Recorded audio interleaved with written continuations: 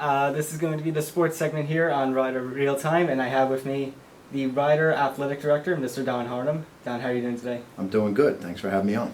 Very good. Today we're going to be talking about the project that Rider has had with Alumni Gym over the summer. Great. So my first question is, where did the project all begin? Well, this has been a project that probably began 25, 30 years ago. We've always had the desire to improve the gym. It was the first building built on the Lawrenceville campus in 1958, I think. Over the years we've done some upgrades, but we've pretty much outgrown it and its usefulness. So this has been a long, long time in the planning process, and the university as a whole, even predating me, is probably on the fourth or fifth iteration of what the project will actually look like and how we will get there. Now, there have been some recent, I don't want to say renovations, that might be the wrong word, but like we've had the new video board up for, this is the third year now? This will be the third year, and what the version that we're operating under now is a multi-phased program. The video board, the heating and air conditioning, believe it or not, the building never had proper heat or had no air conditioning for years and years and years. So the branding, the sheetrocking, the new lighting, the video board all gave it a more modern look and feel without structurally changing a whole lot. So that we're calling phase one, because one of the things in our fundraising efforts that we've struggled with is when you take money from people, they want to see action.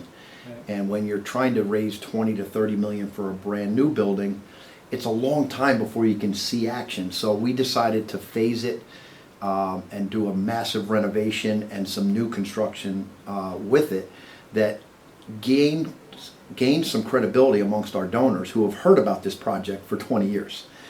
So that was phase one, and then phase two is under construction right now with the addition of the practice facility. Yeah, Jason Thompson Court in the practice facility. We're still looking for a naming right for the entire practice facility, but Jason put his name on the court. Right, and I believe Jason made a donation to get his name on the court? Or yeah, he made a significant donation and what we would call a leadership gift, and I think that's really important. Jason is, whether he likes it or not, our most visible Rider basketball alumnus, and in order to get other alums involved financially in the project, it was important that Jason understood this, that Jason is one of the first ones to jump in and really support something in a big way, because our other donors know Jason plays in the NBA, know his visibility, and they know his financial capability. So they always ask, is Jason going to support the project? And now the answer is yes, he did, yes, he has, and he probably will continue to. And these were all made, I should clarify, by private donations, correct? Yeah, we've gotten to this point with all private donations without really going very, very public with the project. And that was done by design too, because we want to continuously show progress so that when we do go to the most public phase, we've already picked a few things off. Again, it's a credibility, confidence type. Only because with this most recent step in the project, I've heard, oh no, that means our tuitions are going to go up. Yeah, well, I mean, I don't see how it's going to go up. Right. With, we're not taking money from tuition to do this. The university, this has all been fundraised dollars, so it has, I think we're very sensitive to that. So the answer equivocally is no, this is not going to raise tuition.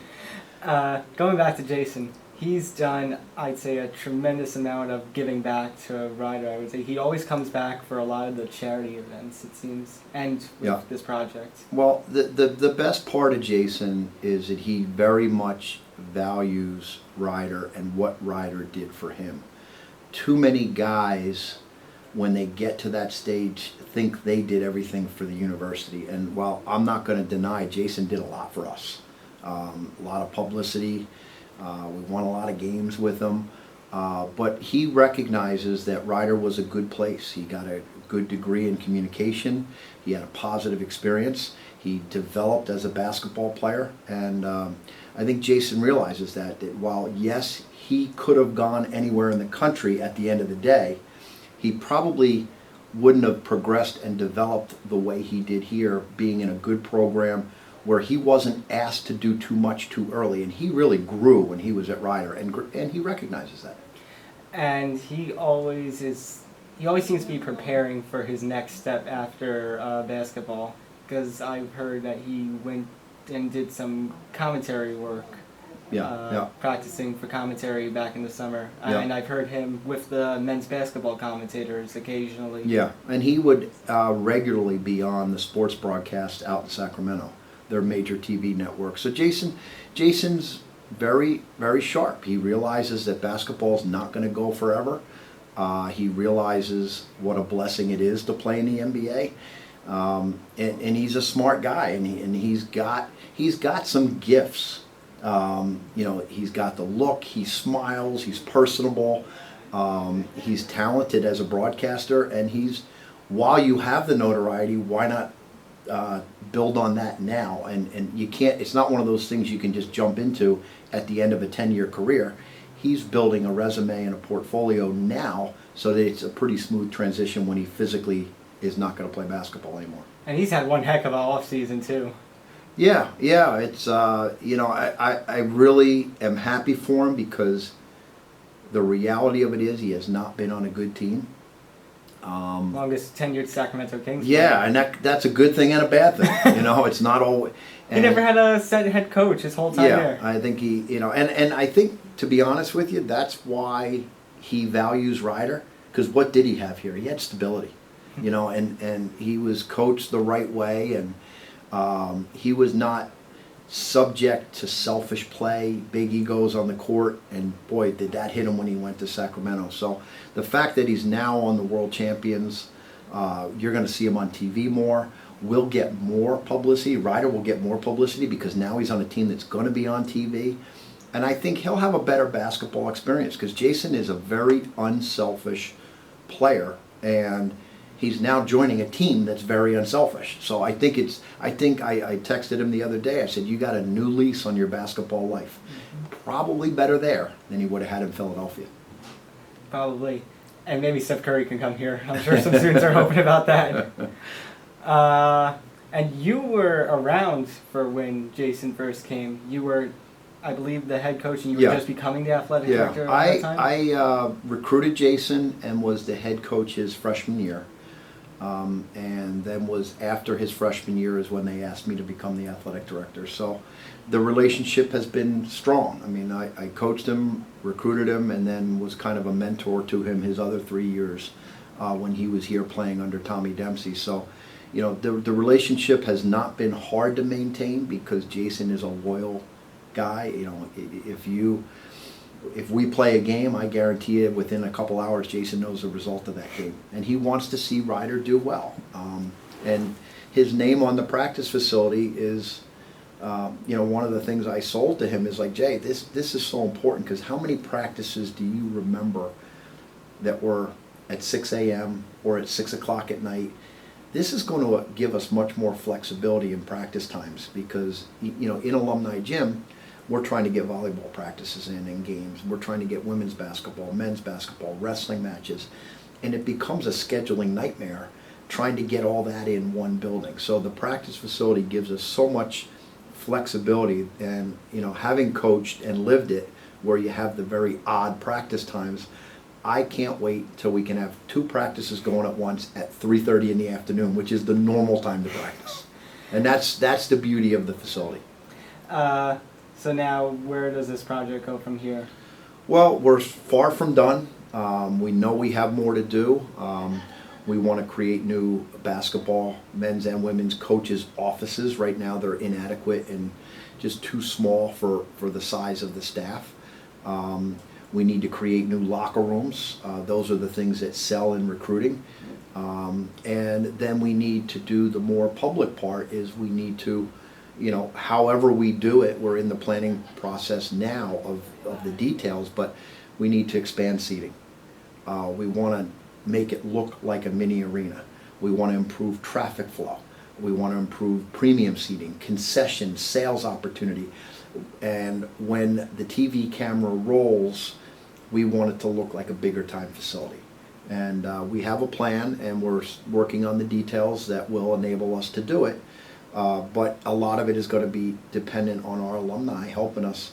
Hey, we have confidence in this project. Look, you've picked off a few phases. This is the most public phase, and we're going to need to continuously raise money in order to make that a reality. It already sounds like a very loud arena when Alumni Gym is packed and Riders playing a big game. Hopefully with this expanding seating, I'm sure it's going to sound even louder. Well, you know, we planned we're planning the expansion with that in mind. A lot of schools go too big and they lose their atmosphere. And having coached here for 16 years and then been the athletic director now for almost 10, this building has played a part in a lot of victories. And because it's loud, because it's not hard to fill, because we have a good team. So I want it, while we do want to expand seating, I don't want to create an antiseptic, sterile environment because we went too big. I want it to be loud. So that's our challenge, is finding that balance of financially what we can afford, what our donors will support, creating a bigger time atmosphere, but yet maintaining what we do like about the current building is that it's loud, it is the Bronx Zoo, and it's got a little bit of a grit to it. So that's the pieces of the puzzle that we're all working with to try to create the perfect scenario and accomplish as much as we can. All right. Don, thank you, sir, so much for Thank you. agreeing to come on and speak about the project. Yep, my pleasure. All right. And we will be right back with Rider Real Time right after this.